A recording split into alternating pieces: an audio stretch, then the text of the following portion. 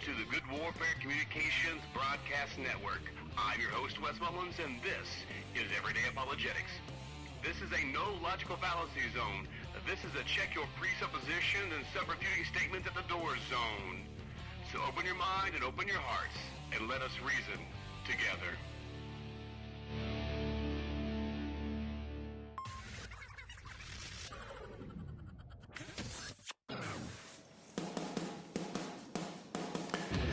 Good afternoon, everybody. This is Wes Mullins coming to you live from Nicholasville, Kentucky. You probably won't hear this live, but I am live. I am live in Nicholasville, Kentucky this afternoon, this evening, if you will. This is going to be an episode of God and Politics. This is going to be the final segment of Revolutionary. We've gone through the beginning of the revolution, of the 2016 revolution, which was the revolutionizing new voters. That was Ted Cruz, Barry Sanders. He was a running back for the Lions. Bernie Sanders, however, is a senator from, I believe, Vermont. Senator from Vermont or senator from Maine? Vermont, I think.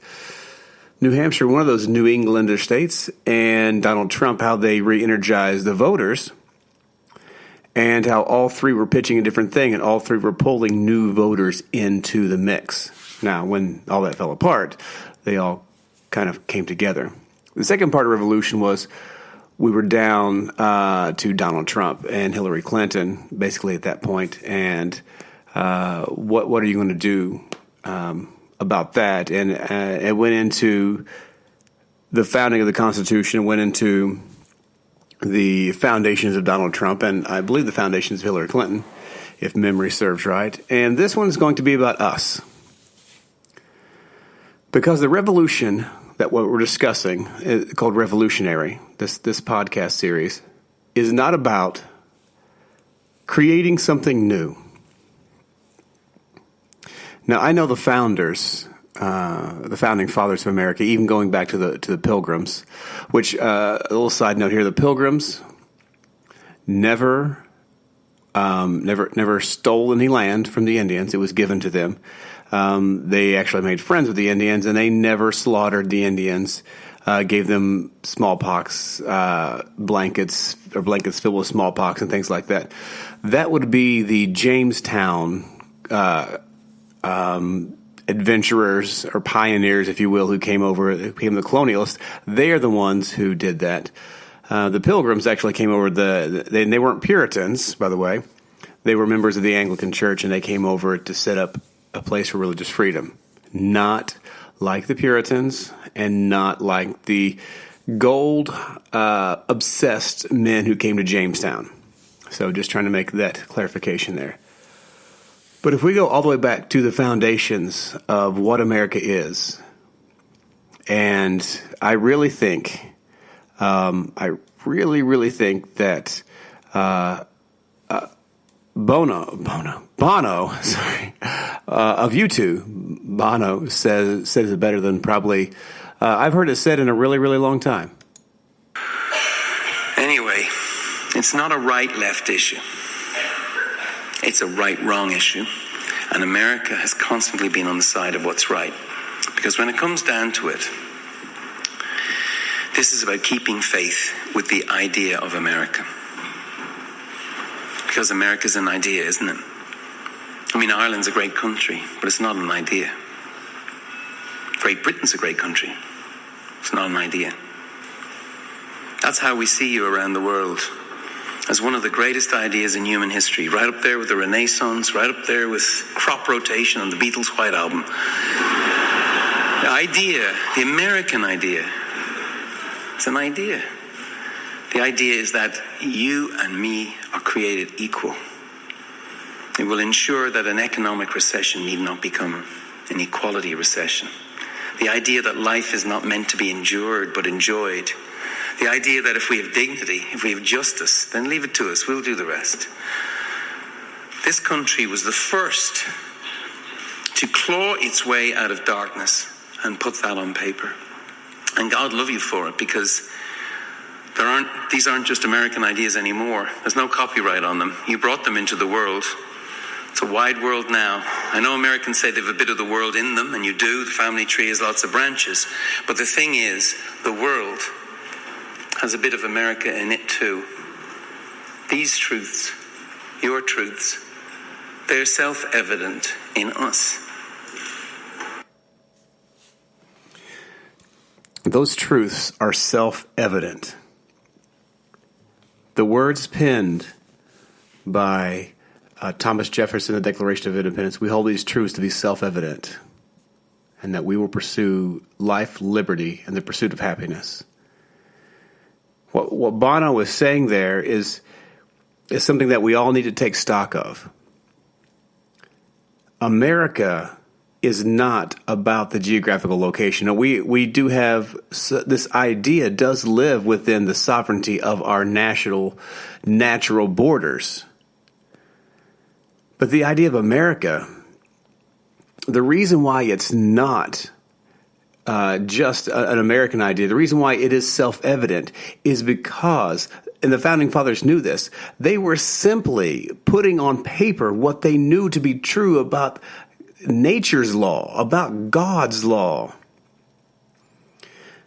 Decency, justice, truth. These are principles and foundations that we must need be founded on.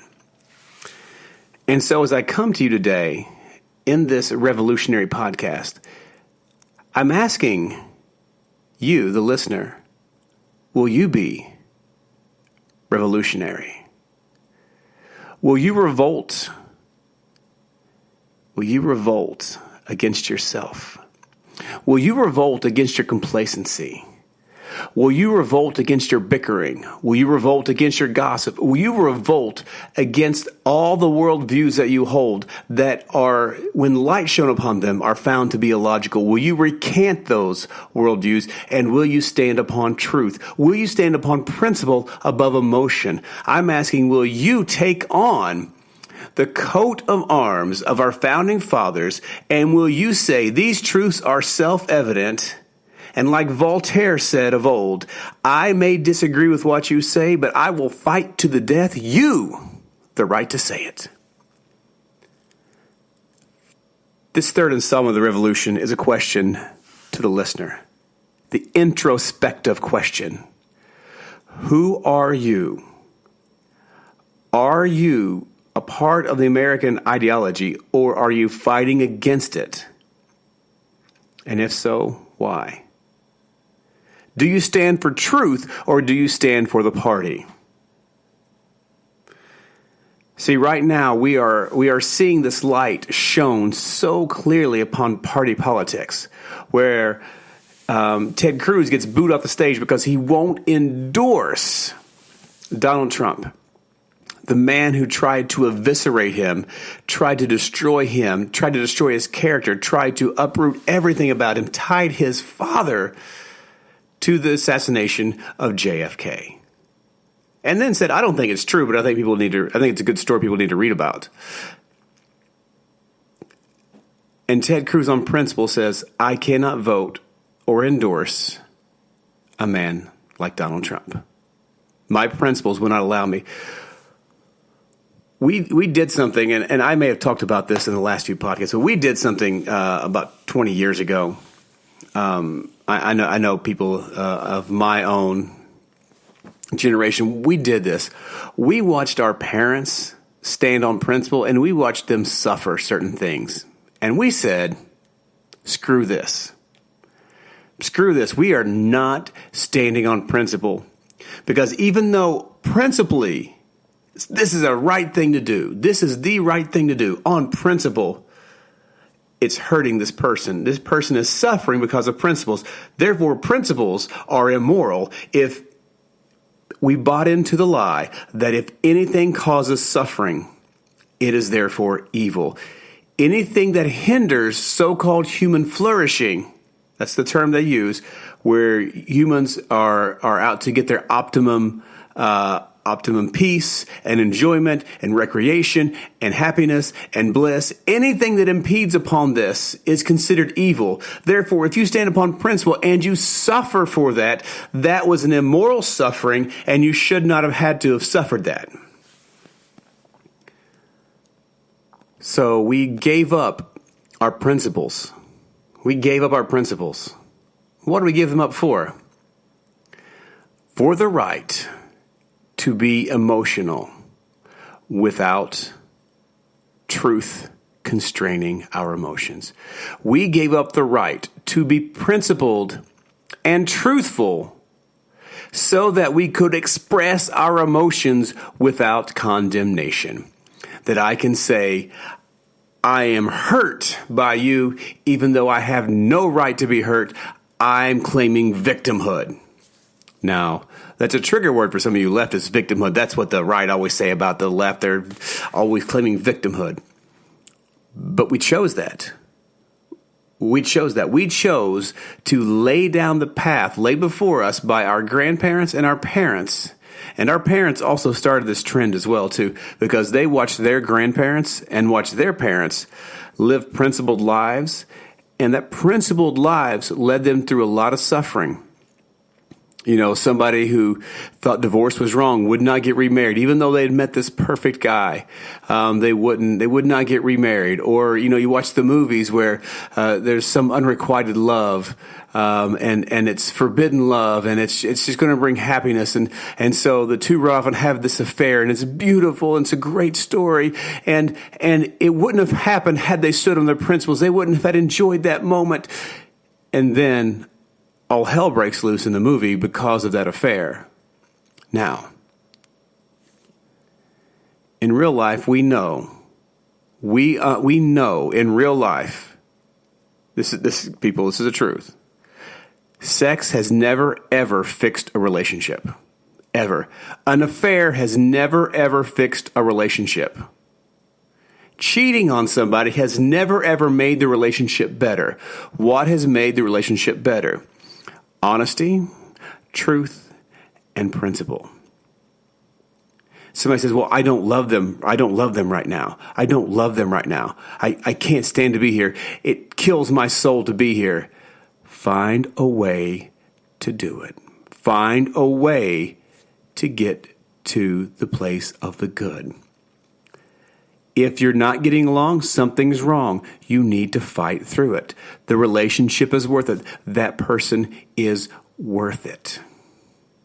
I understand there are some cases that could be exempt from this with abuse and things. I'm talking about normal relationships. When I say normal, I mean normative, as in commonplace, where the men and women do not get along with each other a lot of the time, and there is bickering and fighting and passive aggressiveness and all this, and it creates an environment that's unpleasant. And so we carry these burdens around with us for years because we've given up on principle. We've given up on honesty, justice, and truth. And we've settled for a little bit of quiet, a little bit of peace, a little bit of happiness. We're willing to not confront someone if we have a few minutes of peace around that person and they don't blow up in our face. We're willing to give them a few minutes of peace. Or we're willing to take a few minutes of peace and let the elephant in the room stay around. Well, it wasn't so bad until the next time that person blows up, and then all of it comes crashing back down, and all the weight of all of the repressed and pressed down stuff comes out. We gave up principles, and we allowed our philosophers to come in and start teaching people this. Now, people are like, well, philosophy is dead. Yeah, Stephen Hawking says that. A lot of philosophers say Philosophy is dead. I actually have asked this question to lots of people, and they say, well, philosophy I think is irrelevant at this stage. And they start they can start waxing eloquent and philosophical about philosophy. And I said, you can't use philosophy to refute philosophy. It's a self-refuting statement. And what you're saying cannot be true. It's false. Philosophy cannot be irrelevant if you need philosophy to refute it or to make your statement valid.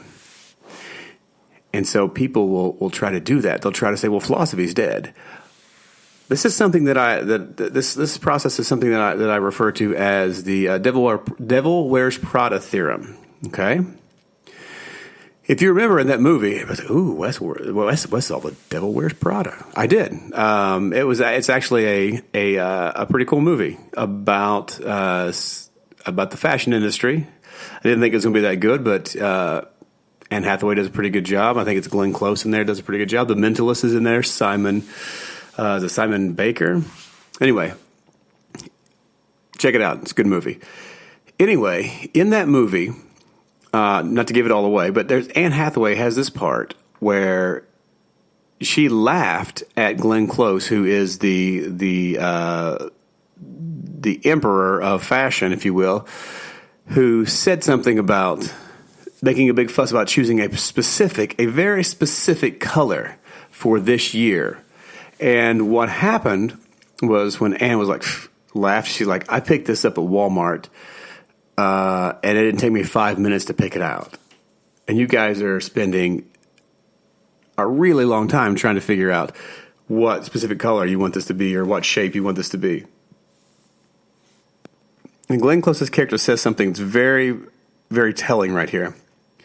She says, I know that color blue. That color blue was, I think, periwinkle blue or something like that. Yeah, it took us 3 months to figure out which color that is.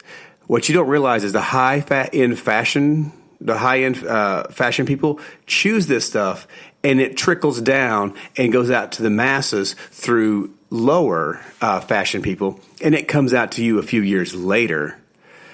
You're still choosing the same thing. You didn't choose that color. We chose that color. The only reason you have that choice of color is because I chose that color.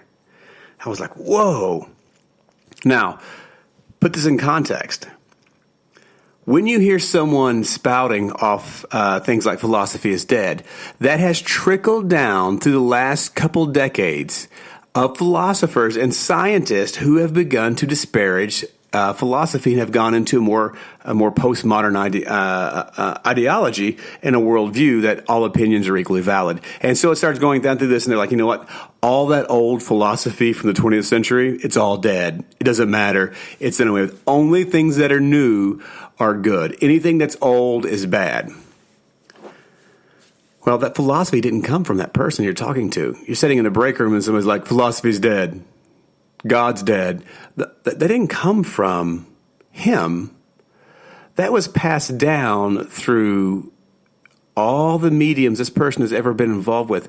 What you'll notice is there are specific threads. If you look for the patterns, I tell my kids right now, we're doing homeschool and I'm teaching them math, or we're teaching them English, and I'm teaching them, look for the patterns. Look for the patterns in math. Look for the patterns. See how that goes. See the pattern there and that. When you're breaking down words to spell, because we're using phonics and phonemics. In our reading. And so these couple letters coupled together equal a sound. These couple letters equal a sound. These 3 or 4 letters equal a sound. And when you look at a word, try to break it down by sounds and look for patterns. Look for the groupings of words that you know. And if you start to pull apart your philosophy, if you start to take it apart bit by bit by bit, I believe this about X. And then you say, why do I believe this about this? And you begin to pick it and pull it apart. What you're going to find out that you have somewhere in there. It's like Monsanto seeds from corn. Even, when guys living next to the field who uses Monsanto, you don't use Monsanto, but the wind sweeps it over and suddenly it mixed in with your grains of corn, you have Monsanto seed, and they test and go, oh, that's Monsanto. That you owe us money for planting your seed, but I never bought it from you. Yeah, well, it has it in there, so obviously that belongs to us. So what you have here is you begin to see, wait, I have Nietzsche in my philosophy. Where did that come from? I have Spencer in my philosophy. I have Immanuel Kant in my philosophy.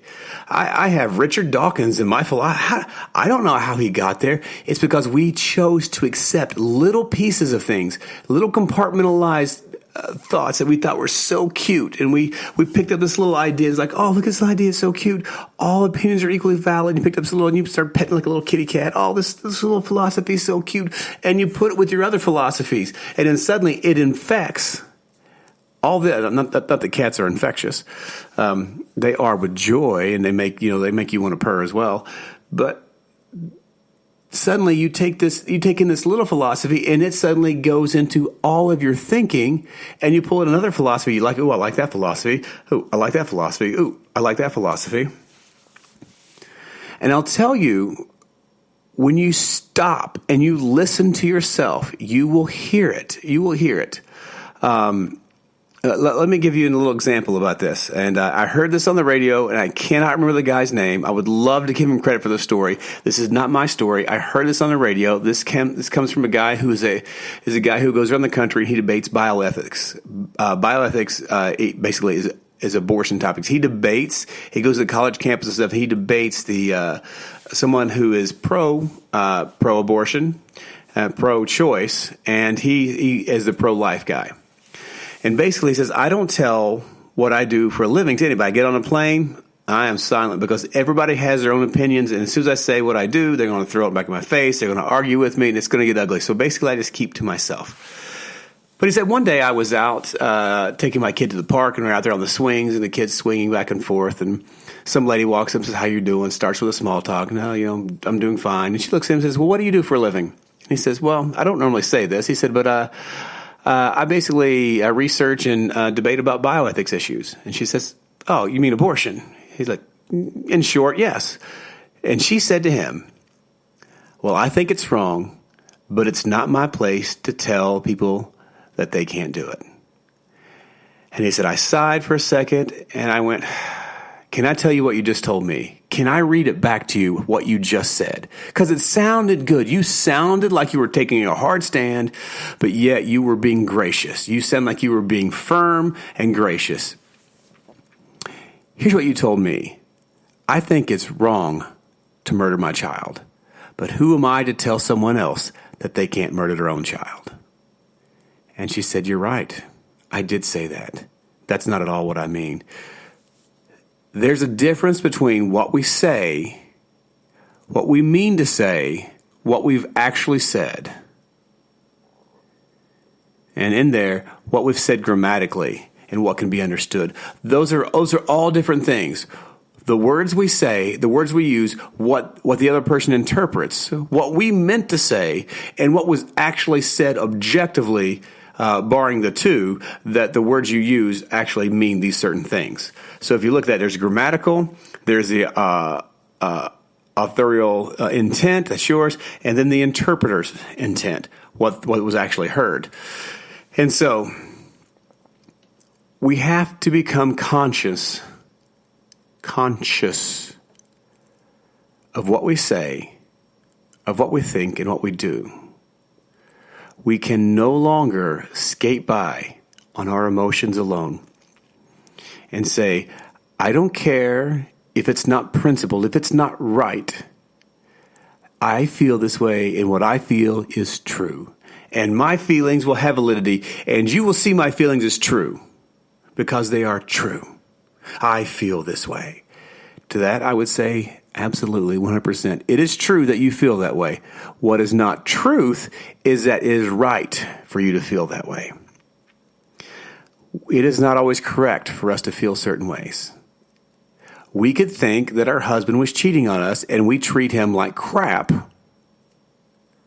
because we think he's cheating. And you say, well, I was feeling that, and it's a true feeling that I was having. Yes, but it was an incorrect response because you didn't find out the truth and then respond correctly to the truth, as opposed to having an intuition or having an interpretation of something and responding to your interpretation and responding poorly to your interpretation.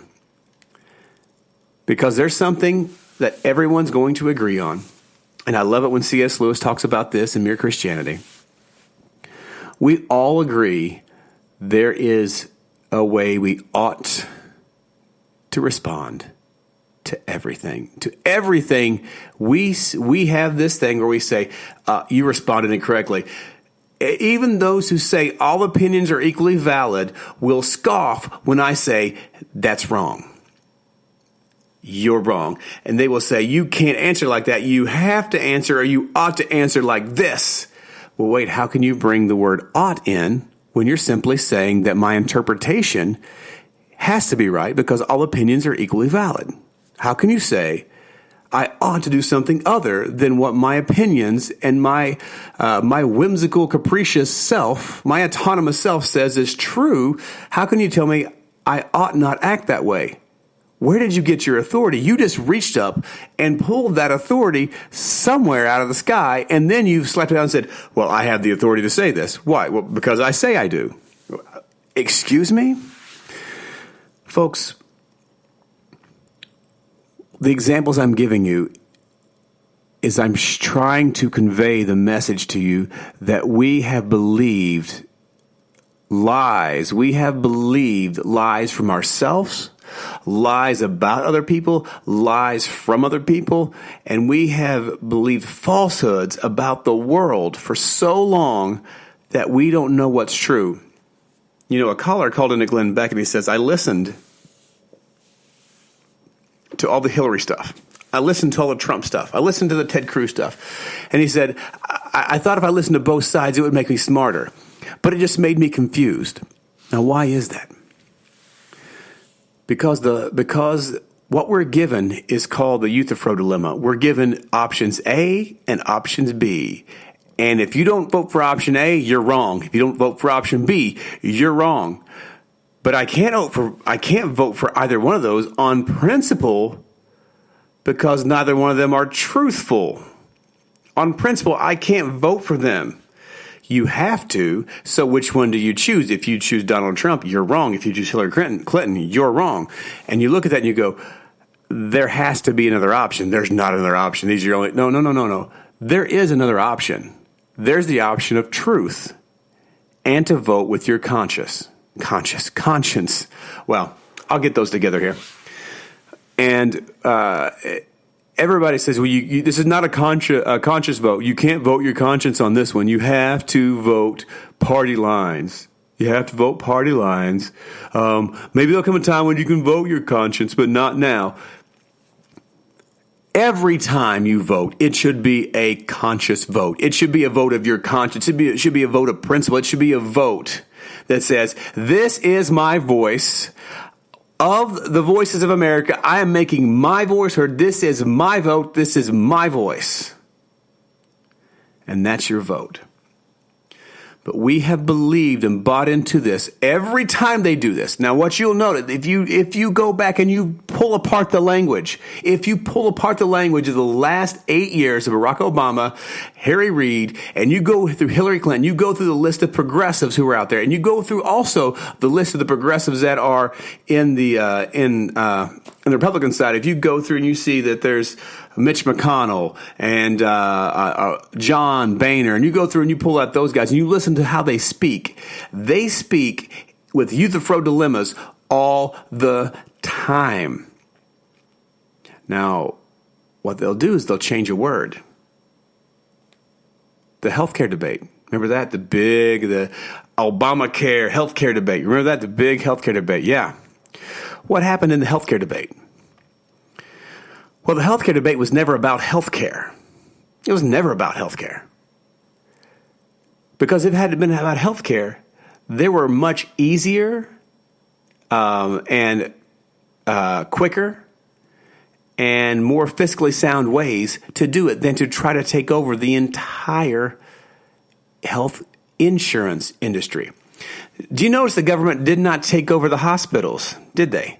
The government did not take over the clinics. The government did not take over the doctors. The government did not take over the anesthesiologists. The government did not take over any of that. They simply just took over how and where and when you have to buy health insurance. Wait, what? Did I just say that right? They don't dictate who you can see. They don't dictate your hospital. You mean all they did was control who I can buy insurance from, where I can buy insurance, and how much insurance I can buy? Wait, they said it was about health care. Every time someone brought up the issue, they said health care. It's a health care issue. No. It was a health insurance issue where 5% of the population didn't have insurance. 95% of the population had insurance that they really liked. 5% didn't have insurance. Instead of trying to find a way to insure the 5%, they took over the industry of the health insurance industry and made it so now there are still 30 million people without insurance. Only it's a different 30 million. Instead of it being some people who couldn't afford insurance, now it's people who are in the middle class who previously could afford insurance. Now they can't afford insurance. So they've expanded Medicaid to cover more people. They upped the poverty level so that it covered more people. And the people between the poverty and the people between the rich have been left behind. It was never a healthcare issue. But they said the word healthcare because it has the connotation. It evokes the emotion of 5% of the people don't have health care. Guess what? We have hospitals all across this country that are not for profit. And that if you go to these hospitals, it's free. It's free. St. Joseph Health, actually Kentucky One here in Kentucky, Kentucky One Health. If you are in the poverty level and you come there, it is free. If you have Medicaid and all that, or say you have insurance, but you still fall in the poverty level, it can be free. Why? Because they are not-for-profit, and they keep their not-for-profit status by writing off millions of dollars a month in health care. And these hospitals are all across the nation. Why didn't we just invest in a few more of those in some of these poorer areas? Build a new hospital. Do you know how much we spent? Do you know how much we spent on the website alone? The website. $1 billion on the website. $1 billion to build a website. I built a website for about $30. $1 billion. Do you realize what they could have done with $1 billion? They could have given every citizen in the United States $2 million and put it in a healthcare savings account, and it would collect interest. And you could have used that interest for anything you wanted, and we would have been the richest people in the entire world 10 times over. Your $2 million is in there to take care of healthcare. The interest that it gains will go into a separate account. That account you can use for anything. Could you imagine how wealthy and well off we would all be? We would be very, very, very well off. Instead, the government takes that $1 billion and spends it on a website, and people still don't have insurance. It was never about healthcare. It was always about control. Control. And we have believed the lies. And now we are to a place where that because we no longer have principles, that they can take advantage of us because we have nothing to stand on. Because we have chosen emotion over principles, we no longer have any common ground to stand among. There's no common fighting ground because we're all on different levels. We all have different opinions. And so there is no uniformity. There is no uniform collected ideology that is American now because all opinions are equally valid. The Constitution is of none effect. The Constitution is in full effect. We don't know. The principle was we are one nation under God, with liberty and justice for all. That was the fundamental foundation principle that we had. We were all together on the fact that the Constitution was the rule of law. It ruled the land, and it didn't matter if you were Hillary Clinton, didn't matter if you were JFK, didn't matter who you were. You would fall under. If you were Richard Nixon, you fell under the rule of law. Even though he said when the president does it, it is not a crime. Frost and all the president's men, as the movie says, they proved with the impeachment of Richard Nixon, you are not above the law. And that is our common ground, is the legality of the Constitution that sets perimeters and limits and separation of powers upon leadership so they don't become statist, so they don't become a ruling class. And so they don't get the idea that they're the monarchs and we're the subjects. They're the lords and we're the serfs. Because when that comes into play, your voice will mean nothing. And we have sat on our laurels and said, hey, as long as you guys stay out of my business, I'll stay out of yours. They secretly didn't. They did not. They did not. And they allowed, according to the Depo Wears Prada theorem, they got into the school systems, they got into the universities, and they got into management, they got into the house, and they got into leadership, and they got all over the places of influence in this nation and drilled into people. Your emotions, take them. They're your emotions.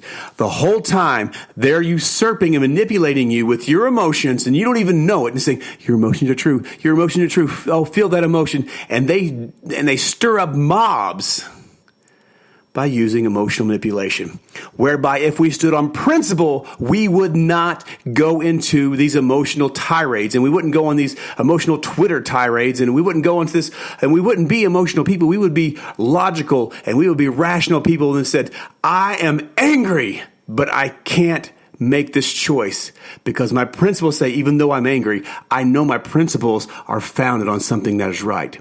C.S. Lewis said, faith is believing what I reason to be true, even though my mood has changed. That is faith. And I believe that definition of faith holds true in Christianity, but also holds true in other things. My faith in the Constitution is that I have reasoned it to be true. And even though now my mood has changed, my mood is to a point now where I am upset. My seeking my sense of justice does not override my principles, wherein saying the law of the land says this is justice. I will accept this on a logical basis, even though my emotional state of mind is something very different. Because my emotions can go up and down. My principles never, ever should. I should stand on principles. Watching Civil War last night with Captain America. And she was saying how the captain and how she lived her life. Captain America, Peggy had died. And during her funeral, she was saying that you need to stand with your principles. Even when everyone around you is moving and they're telling you to move, you have to stand up. Look them in the eye and say, no, you move. Why?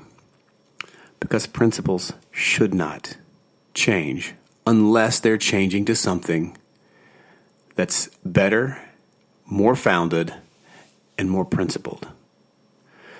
Principles should never have a lateral move. People who think that there is no good and bad, people who think that morals are subjective, any moral move they make is lateral. It's not better. Did you guys hear the words of Bono? America is an idea. And the founders were the first ones in the history of the world who clawed their way out of darkness and put it onto paper. I'm going to give you something else, guys. Reading C.S. Lewis, The Weight of Glory. He says something that I have been chewing on for a week now, and it's just, it gets me so stoked, man. He says, I've never met a mere mortal. Mere mortals don't exist.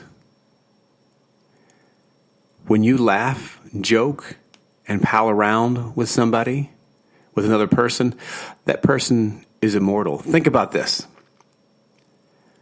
Even science says that matter cannot cease to exist. It only changes states and forms.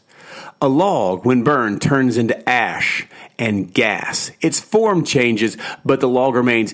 It cannot be broken down to a point where it no longer exists. It no longer exists in the form that it was, but it still continues to exist. Voltaire said that about our our actual self, our awareness, or some would say the soul. And those of you who are Christians, we are eternal beings. Even in our sinful state, we were not created as mortals.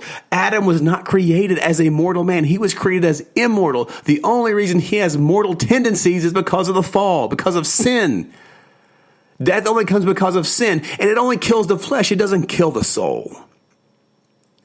I have never met a mere mortal. Do you know why that we see these movies about the immortals? We see these movies that where people live forever or they go on. We see, and there's something in us that leaps in our chest. It leaps in our chest. Why? Because it's truth. It may not be complete truth, but there's that vein of truth in these movies that we are immortal. C.S. Lewis says that I desire something that no mortal nothing mortal can satisfy. There's no mortal satisfying thing on earth for what I long for. I must have been made for something more than this world, because I have hunger and there's food. I have cravings for sexual intercourse. There's sexual intercourse. I have cravings for sports or nature, and those things are all there. But I have this longing for immortality. I have this longing to exist. I have this longing for something that I can't even express, and that nothing on this earth could ever touch that place in my heart, can ever touch that place in my mind. Therefore, I must be made for something other than this world. That's why we stand for more than principles. We have been caught up in the last 50 years, the last half decade, maybe an entire century, half decade, half a century, or maybe the entire century. We've been caught up in this American dream. We were sitting down talking to some young people, some high school students, and we began to ask them what the purpose of life was. It's very quiet in that room. A few had some answers. But they were like, I'm too busy for God now. School started. I have all these responsibilities. And I said, what responsibilities do you have? Why do you have these responsibilities? Well, I have to go to school. I have to have a job. I have to have a car. I have to have a house. And you just go, wait, who told us? And why do we believe we have to have this massive house?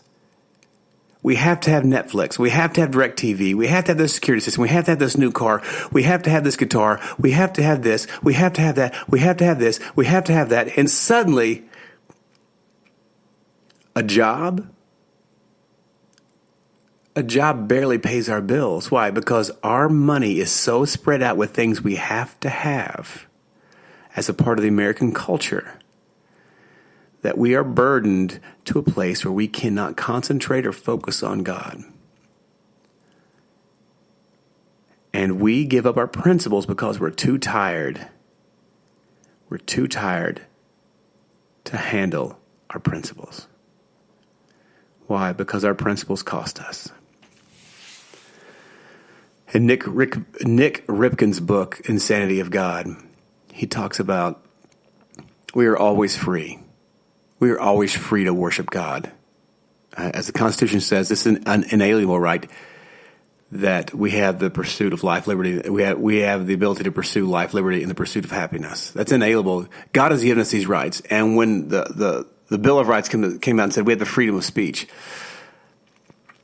what some of the progressives will tell you is that we wrote those laws. The freedom of speech is only given to you by government. No. The freedom of speech exists. The Bill of Rights is simply telling the government, this right exists. You didn't give it to the people. It exists. You can't infringe on it. It's not yours to give. It's not yours to take away. It exists. It precludes you a priori. It's before you. It existed before you came into being. Therefore, you cannot infringe on this. A person's right to defend themselves, the Second Amendment, is there. You can't infringe upon that. You didn't give them this right. This Constitution doesn't give them this right. We're telling you they have this right. You shall not infringe. The Constitution, the Bill of Rights, is there to protect the people, to protect our liberties, to put a wall there and say, you can't go here because you did nothing, government, to create these laws, to create these freedoms. we're protecting them by saying you can't touch them, because what government will do is they'll come in and say, oh, but I want to help you with those freedoms. Here, let me help you. Let me. Ronald Reagan said that the 9 most horrifying words to hear is, I'm from the government, I'm here to help. And so you see that. You see that. That's coming to us. And we're accepting this emotion over principle. And going back to the kids, they didn't have a real response, because what they're shown on TV, on these documentary series that are reality TV, you have to have these things. I have to have these shoes. I have to go to school. I have to do this. I have to do that. Why? People are so frustrated that I meet with that don't understand homeschooling. They're like, well, why are you homeschooling your kids? They won't get any socialization. And I tell them, I say, oh, you mean like the socialization I had for 12 years where I got picked on, I was bullied, I was intimidated, I went to school in fear, I didn't learn a whole lot, the teachers didn't have time for me.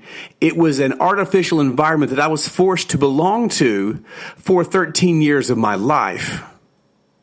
You mean that socialization? It didn't teach me any socialization skills. It taught me how to survive. I learned defense mechanisms. I didn't learn socialization. I learned defense mechanisms. My kids have been to 6 or 7 countries. They're 6 years old. They have played with children in Nepal. They have played with children in Mexico. They have played with children in Norway. And they don't speak the language of any 3 of those countries. They speak very few words of each, but they learned how to get along and socialize with people from different cultures. So don't tell me they don't have any socialization. They talk to people in the airports. They talk to people wherever we go. My children are getting plenty of socialization. But you know what they're not getting? They're not getting fear, intimidation, and being forced into an environment where they have to develop defense mechanisms to simply exist in an environment that is not necessary to exist. I learned more from listening to the older folks of the next generation before me, my dad, my uncles and stuff. I learned more from them sitting around talking than I ever did sitting my butt in a classroom. When I got to college, I got to choose my college. I got to choose my classes. I got to choose my teachers. We take that away from the younger generation and say, you don't get to choose. You have to go for 6 hours to 8 hours a day. You have to sit in this insane artificial environment. And we wonder why they come out indoctrinated. And that's where the progressives hit. That's where a lot of this ideology that we're facing now, emotions, value of moral questions, they're called value something, where there's no right or wrong answers for these. These are moral questions. And they began to teach our kids about sex ed. They began to teach our kids about morals. They began to teach our kids about ethics and right and wrong. And the whole time they're teaching them from the ideology that there is no right or wrong. There is no moral correctness. There is no objective morality. It's all subjective. They begin to teach them postmodern stuff for the last 50 years. And we wonder why we have adults who don't understand truth and are too tired to fight through the rhetoric out there to find truth. This is the revolution that I'm calling you to. I'm calling to revolutionize yourself. In America, we are not to be well-off people. We are to be better people. My wife said the other day, and I put it on Mullins Media, it was a fantastic quote. It is not our job to silence the racist. It's not our job to silence the racist. It is our job to show them a better way. It's our job to show a better way. Do you know what happens when a progressive sees an injustice? They try to bring everybody down. You notice when the progressives do something, they try to reach up and pull those people down to the bottom level, to the lowest common denominator. They never try to bring the other person up. You say, oh, yeah, they do. No. They find the lowest common denominator, and they try to bring that person to the top. They try to bring them down. Because it's about the collective. It's not about the individual. Do you know why all this happens? Do you know why? It's because it's a heart issue, folks. It's a heart issue. It's an issue of the heart. You can make all the rules you want. And if you notice, when progressives all across the Western world have gotten into power, what have they created? They have created what we call nanny states, where they say, I'm the parent and you're the kid, and I need to take care of you. You don't know enough not to eat that Big Mac and that Twinkie, and so now I have to make those things illegal. You don't know enough not to drink a 32-ounce soda. I'm going to have to make that illegal. I'm going to have to help you because you are stupid. It's a heart issue, folks. Laws will never replace the conscience and the heart. If there is not an internal change in the heart, no amount of laws will ever change anything. You know, Ravi Zacharias was saying that you take somebody who's stealing railroad ties, and he has no education, so he's out stealing railroad ties. If you don't change that boy's heart, if you don't show him internally a better way to live and how to become a better person, once he gets educated, he'll go back and steal the whole train station. He'll steal the whole train, the train station, everything. He went from stealing a railroad ties, gets educated, and comes back and steals the whole thing. And you think, oh, that's just an anecdotal hyperbole story there. No. Think of all the world dictators that we taught in our Western classes, in our Western universities. We taught these kids. They had great potential, and we said, we want to bring you guys to Western schools and teach you our democracy. And then they go back. And what do? They crush the spirit and souls of their people in some kind of socialism or communism. Why? Because they had the education, but they never had a change of heart. The next revolution comes from a change of your heart. It has to come from the inside. The Bible tells us that it's not what comes into the man that defiles him. It's not the food you eat. It's not even the TV shows you watch. It's not even any of the things you see with your eyes. Those things don't defile a man. What defiles a man is what comes out. What's in our heart, what's in our minds. That's why Scripture tells us that Christ made us new creatures. He gave us a new mind and a new heart, and we are now a new creation in Him. We need a heart change. And the revolution that we're talking about is a heart change, where we go back to searching for these simple things: truth, principles, and justice. And if we hold to those three things, and we do it with a heart change, and we're not out to get Hillary Clinton because she's a liberal progressive, we're not out to get Donald Trump because he's a nationalist, I don't even know what he is. He's crazy. And I know that's a very broad term, but he has shown me that he's pathologically crazy. And if he's not pathologically crazy, then he's unstable. You can say, well, he's not this, and you have to keep going to something bad, because there's nothing in him that I've seen that says, oh, this guy has principles, this guy has honest, this guy's truthful and just. And so in this revolution that's coming, it has to be coming down to you. What do you believe? Why do you believe it? Can you defend what you believe logically? Not with emotions, not with screaming over someone, not without punching someone in the face, not without cutting somebody off, not being abrasive or condescending or snarky or sarcastic. Can you defend what you actually believe in a logical manner?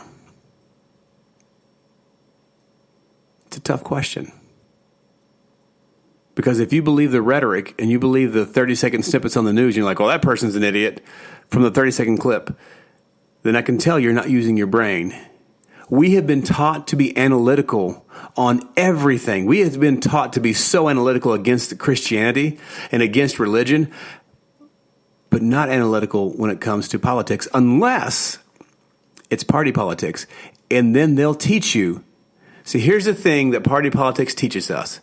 because I learned this in one of the churches I was in. I learned how to have denominational apologetics. Okay? It's like political parties. I could tell you why the other party was wrong based on my beliefs. I could point to you everywhere they were wrong, never really checking to see if I was right. I could point out why they were wrong, yet I never stopped to ask the question, am I right? Am I right? So in this today, my challenge to you is vote your conscience. Vote your conscience. Vote your conscience. But before you vote your conscience, how about you clean your conscience up? How about you begin to meditate on what is truth? What do I believe? Why do I believe it? And you begin to pull those things. What do I believe about Hillary Clinton? Can I prove it? Tear it apart. What do I believe about Donald Trump? Can I pull it apart? What do I believe about the world? What do I believe about evolution? What do I believe about Wes Mullins of Good Warfare Communication? What do I believe about this? What do I believe about pancakes? What do I believe about chocolate chip cookies? Pull it apart. Get to the ooey gooey stuff in the center. See if you can find some truth. And then see if you can start discerning truth from fiction. And when you hear someone talk on the radio, you hear someone talk on the TV, you go, oh, that's wrong. Pull what I say apart. Tear it apart. Rip it apart. Try to find the inconsistency, the incongruencies, and try to rip what I say completely apart. Try to prove me wrong. I welcome it. Do you know why? Because it only makes me stronger. Not in the sense of, because I won't let it affect me. No, because it teaches me. It teaches me where I'm wrong too. It shows me where I can grow too. 1 Peter 3:15 says, be ready to give anyone who asks of you an answer about the hope that is in you, but do it with grace and humility. And a wise man will always accept rebuke and reproving, which means correction. A wise man will always receive correction, and a fool will always scoff at correction. A wise man also speaks because he has something to say, and a fool because he has to say something. Which one are you? Let the revelation today be in your heart, be in your mind, and understand that between God and politics, between the United States of America and Jesus Christ and the foundation of Christianity, there are not many skips in between. Lots of these things are parallel. And understand that you have value, you have worth, not because you have an opinion, but because you have inalienable rights that no one gave to you. And the fact that you exist in their life, you have the right to free speech. You have a right to defend yourself. You have a right to your own thoughts. You have a right to your own opinions. And you have a right to your own stuff. Now, on the other side of that, as a Christian, I believe that you have worth because you are created in the image of God. And that nothing that we have, all that stuff that I named, our life, our able to defend ourselves, our thoughts, all of that stuff would not be possible without God. Therefore, I cannot fall upon my own autonomy to govern myself. I can't follow my own thoughts and my own stuff to govern myself. That there is an ought out there. There is a way I ought to respond. And the fact that there is a creator who created me, he probably has a function or an ought that I am supposed to follow. And it's interesting when my conscience bears out this ought of how I should respond. And I go, oh yeah, I should respond that way. But we have worth. We all have worth. And none of that worth was ever given to us. Dignity was never given to us by government. Ever. Government doesn't give you dignity. Don't let them take it from you. Vote your conscience. Tear it apart. Put it back together again. Stand on truth, principles, and justice. Let that begin to marinate in your mind. Truth, principles, and justice. And that will equal liberty. And before I close, I forgot the thought of Nick Ripken because I skipped somewhere there. And the Nick Ripken thought, and he was saying, this is brilliant. He was saying that we all have the freedom. We all have the freedom to stand up for God. We all have the freedom of speech. We all have the freedom to worship God wherever we are. We have that freedom. It might be against the law, but you still have the right to make that choice. In this country, we're caught up with, I can't bake a cake for this person because it's against my conscience, but I have to because if I don't, it's against the law. What do I do? Number one, that's intimidation. That's an intimidation tactic that they use to take away, someone would use to force you to violate your conscience based on the fact that they're going to take away your livelihood. My livelihood is not tied to my faith. Whether I have a livelihood or not, I will stand for my faith. I will stand for my conscience. They'll take your business away.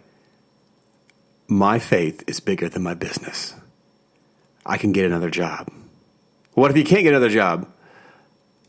I'll live off the land. What if you can't live off the land? Then I'll die.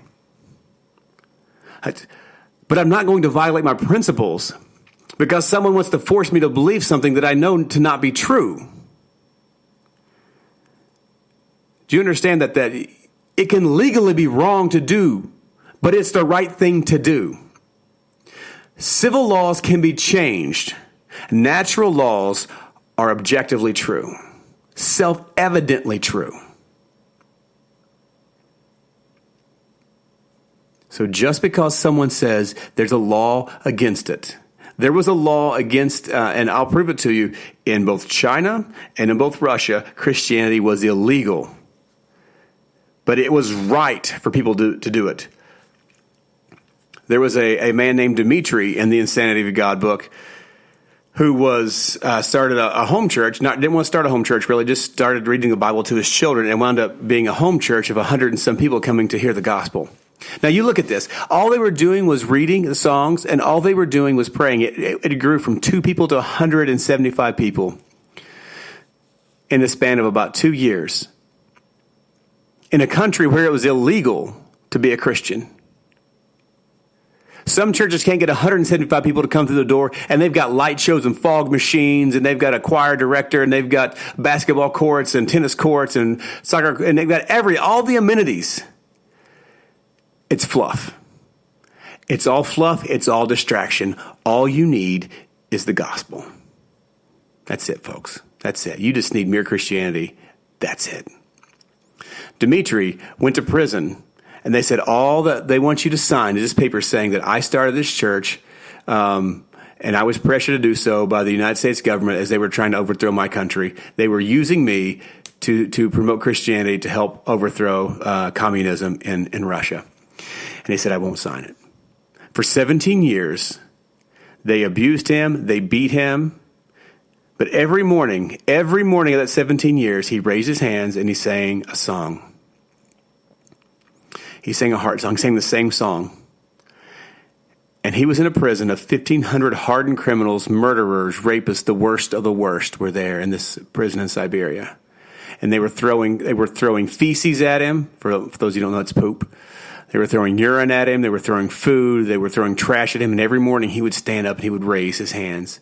And he would sing his heart song to God. Every morning he would do that.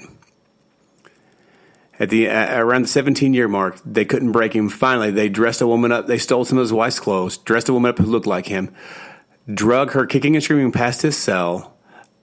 After a couple hours of torturing this woman, they brought her back out dead drug her by his room, his cell, and he says, "Fine, I'll do it. You broke me. You win. You win. You killed my wife. You win. You win." That night, God gave him a vision of his wife and children praying